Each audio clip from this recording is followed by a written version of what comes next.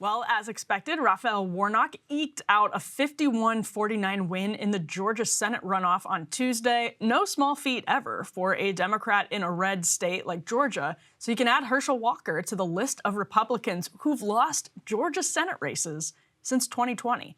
Walker, David Perdue, and Kelly Loeffler all landed right around 49% of the vote, as did Donald Trump actually in 2020. 49 is the magic number. Perdue was the former CEO of Dollar General, whose prior career involved heavy outsourcing. Loeffler is also a C-suite denizen whose net worth hovers near $1 billion, thanks in no small part to her husband, who chairs the New York Stock Exchange. Trump and Walker are both rich and famous too, although for various reasons promoted populism a bit more persuasively than Perdue and Loeffler. No matter, none of those four are slam dunk candidates, that's for sure. Walker's loss is reigniting the, quote, candidate quality narrative in Beltway circles. What explains Brian Kemp winning 53% of the vote in his re-election bid against Stacey Abrams? Why did Tim Michels underperform Ron Johnson? Why did Don Bolduc underperform Chris Sununu? And what the heck is going on in Florida and Arizona? We've said repeatedly here that Republicans like Brian Kemp and Ron DeSantis are bridging that gap between pro-Trump rural populist voters and Trump-weary suburbanites. This is very difficult to do, but it's not impossible. We disagree on a whole lot, but former McConnell chief Josh Holmes of Ruthless made a similar point after Herschel Walker lost. Quote, one thing Republicans need to understand, the new-ish coalition of simply swapping rural working class for suburban ours works on paper. Hell, it works in presidentials. The turnout discrepancy in midterms is significant. Need to either fix the rural midterm turnout or mix the appeal, he tweeted on Tuesday, adding, quote, rural versus suburban is not a mutually exclusive appeal. Brian Kemp did it in GA. Ron DeSantis did it to historically significant margins in Florida. Anyone who tells you Republicans need to excise one part of a coalition for another is prescribing a destiny of losing for generations. Here's what the consultant class is both unwilling and unaware enough to consider.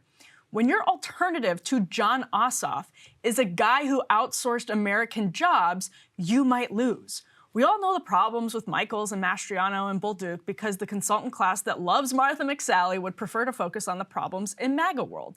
But MAGA world only exists because of the consultant class. Again, most Republican primary voters in 2016 actually picked someone other than Donald Trump. He is loved by a chunk of the GOP base and then tolerated by some of it. The math barely checks out in presidentials, as we've seen twice, and clearly doesn't check out in midterms. The electoral failures of MAGA do not vindicate the electoral appeal or the platform of the establishment GOP.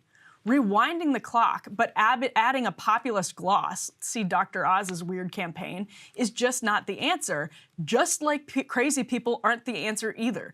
What's happening right now shouldn't totally depress conservative voters, though. It's kind of the natural result of voters pushing their party to transition, and that won't be clean and easy in a country that's under major transition, too. These races are also not easily nationalized. What we're seeing is just this tug of war, and that's perfectly normal. Now, I know it's asking a whole lot for politicians to believe in anything, so I won't do that. But Republicans can't just talk about the border and China, then sit back and support, say, Mitch McConnell's leadership as he lets Democrats and members of his own party pass bad bill after bad bill without even mounting much of a fight. What's the Republican plan to lower healthcare costs and increase healthcare quality? What's the Republican plan to reform asylum laws so that we can undercut cartel trafficking, secure Americans, and make space for refugees? What's the Republican plan to make housing more affordable, to boost stagnant wages, to fix schools, to reform the Pentagon, to deal with the mental health crisis, the obesity crisis? How can they help cities beyond just firing radical prosecutors? You can talk about inflation and woke education, sure, but for the past 20 years, even as material comforts have expanded, American happiness has dipped. That does not demand the old playbook. It demands something completely different, even if it's based on the same principles. Republicans aren't talking about some of these issues, and even when they aren't offering actual alternatives that voters take seriously, nor should they, for the most part. Right now, some 10 Republican senators are reportedly considering a bipartisan immigration bill that could well make the border situation even worse. It doesn't matter if you're Martha McSally or Herschel Walker. If you can't answer those questions in a way that makes sense to voters, Republicans will continue picking people like Tim Michels, like Blake Masters in primary races.